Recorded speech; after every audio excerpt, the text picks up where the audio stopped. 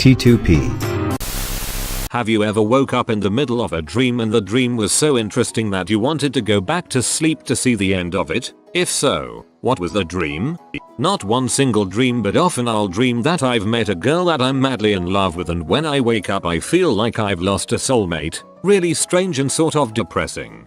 I've had this same feeling, like an actual emotionally strong developed bond just disappears very slowly as you wake up. Was exploring a jungle with a group of, I assume, friends. We ended up discovering some kind of temple, but it was dark, so we decided to set up camp. I was charged with gathering dry wood and leaves for the fire. While macheting my way through vines, I heard my name being screamed by one of the group members in a terrified way, repeatedly. Woke up to see my mom yelling my name and to get the frick up already. I never found out what that temple was. This is going to sound crazy, but I had a dream exactly like that, and one of the people in the camp went missing. But it continued and we found out there were jaguars in the area. I used to have lucid dreams in my early to mid 20s. As soon as I'd realize I was asleep, I'd start flying or just rising to the ceiling because it was a cool way to test it. Then my immediate thought would be, WHO, should I pretend sleep with? And the excitement over that possibility woke me up every dang time. A moment for our fallen bro.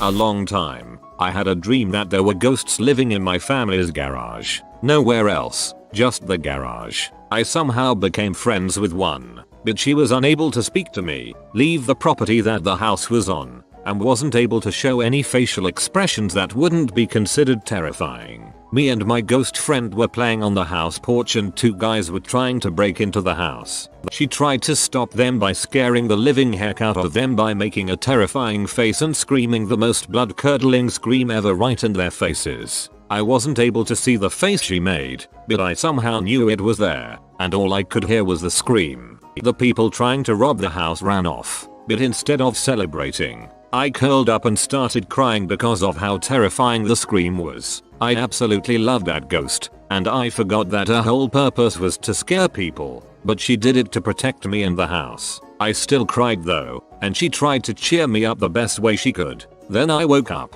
I knew that was a dream, but I didn't want to leave my ghost friend alone, knowing the last time she saw me was when she scared me to tears by accident. I tried to go back to sleep, and I did, and I somehow successfully re-entered the dream, only it was several years in the future. The garage still had a couple of ghosts in it, but not nearly as much, and the rest seemed to be oblivious to humans. I was going into the attic and found some pictures in there of me around the age I was friends with the ghost, and on a picture I saw a very faint image of her face standing next to me. I went down the attic and woke up. I didn't get to tell the ghost that I forgive her or anything, and I still feel some sort of emotional attachment to her. It was probably the best nightmare I've ever had, and one of the dreams I've wanted to go back to the most, just so I can tell her that there are no hard feelings.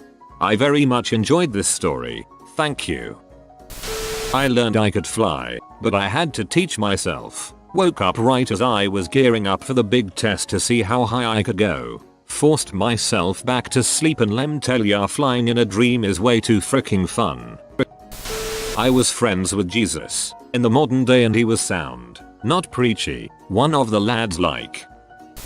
I have a story about when the opposite of this happened. It was a freaking epic fantasy dream. Let me tell ya. Evil wizard of some sort that I'm pretty sure was my 8th grade math teacher kidnapped princess, a worthless but snappy sidekick that was my best friend Irel. This dream had everything. So I beat the bad guy, rescued the princess and brought her back to a village of, I think, Ewoks or something. I dunno. Big celebration. Everybody went hooray and stuff, and then it didn't end. We just kinda stood there looking at each other. It felt like a long time. Ewoks just kinda start milling around and doing their everyday crap. Made some small talk with the princess, and then eventually the dream ended and I woke up. It was a strange one.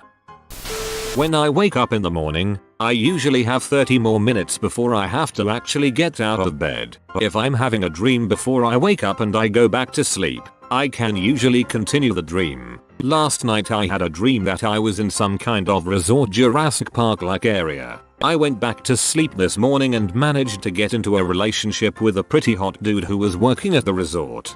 It's like Hollywood forgot to take down the set. A few months before I got married, I had a dream where Bill Murray was attending my wedding and asked to make a toast. I happily agreed. Then, before I could hear the toast, I woke up. Bill Murray is a national treasure. I died in one of my dreams, so that was startling, but I was dead for a good 15 seconds or so in my dream, so that was interesting to say the least. I die in my dreams all the time. I usually just end up in spectator mode. I think I've been playing too many video games. Most nights actually. I very rarely have nightmares, and even those are very interesting. Life inside of my head is much more entertaining than reality. I somehow trained myself a long while ago to be able to wake myself up from a nightmare. Pretty great. Say I'm walking down a hallway in my dream and suddenly the end of the hallway goes dark and seems a bit ominous. I look at that and say UHH, now let's try again. So I wake up real quick and then go back to sleep.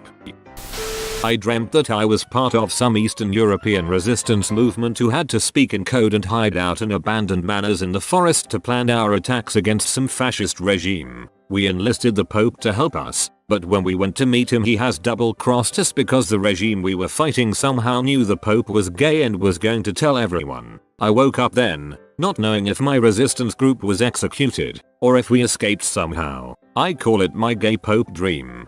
Bro, this is awesome. My dreams are just random crap like walking in a forest. You're out there fighting fascists with a homosexual Catholic.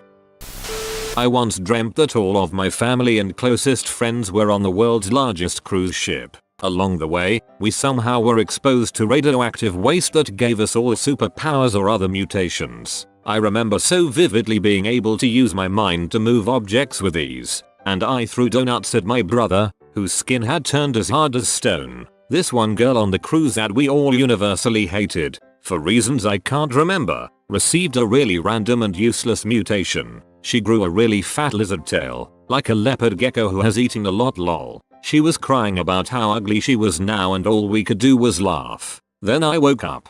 I have so many questions lol.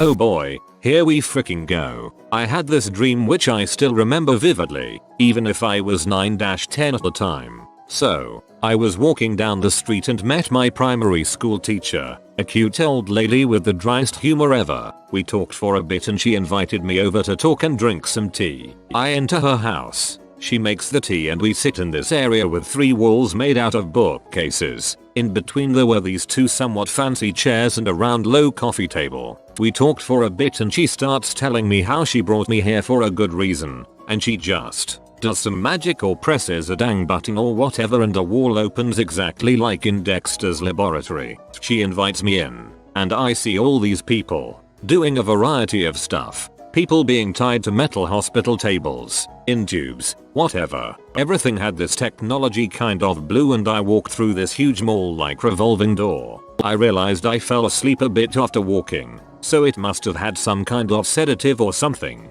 Anyway, I wake up, and in my fear I am tied to a metal table, without any skin. I can see my muscles, all of them, move, twitch and contract all while I am fighting to break loose from the table. That teacher comes by and says to me in the lines of "Don't worry, it's all part of the procedure." I see other people around me, exactly in the same state. She releases me after a bit. She gives me this spandex dark blue suit and told me to wear it. After I put it on I could move like somewhat of a superhero. I could run really fast. I could jump really high. I was very agile and nimble. She told me I am some sort of recruit and that she has a mission for me. After that I just remember teleporting to some place by my home, with the gal that I knew by me as my duo, with the task to catch this black invisible morphing dog. I remember aiming at that thing with something like this bulky black blaster, after which I woke up. You can tell that my young me was very pee for not being able to be a superhero.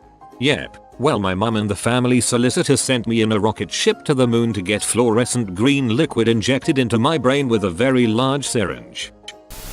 I had a nightmare about being a teenage girl with a group of friends on bikes hiding from and hunting down a shadow monster that killed dogs, and we tracked it down to some abandoned house and tried to rescue the dogs, but one of the dogs started barking and I had to try and calm it down before the monster came and got us, and my friends screamed from another room but the do. Then I woke up and I will never know if those dogs survived.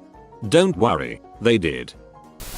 I had a non-sexual threesome dream, where my wife and I met a woman at a shopping mall and ended up at home lying in bed together with me in the middle. There was a feeling of complete contentment that lasted for days after that dream. However, that's all that happened in it. I'd kind of like to return to it and get to the implied sexy bits. I never even got to see the other woman naked.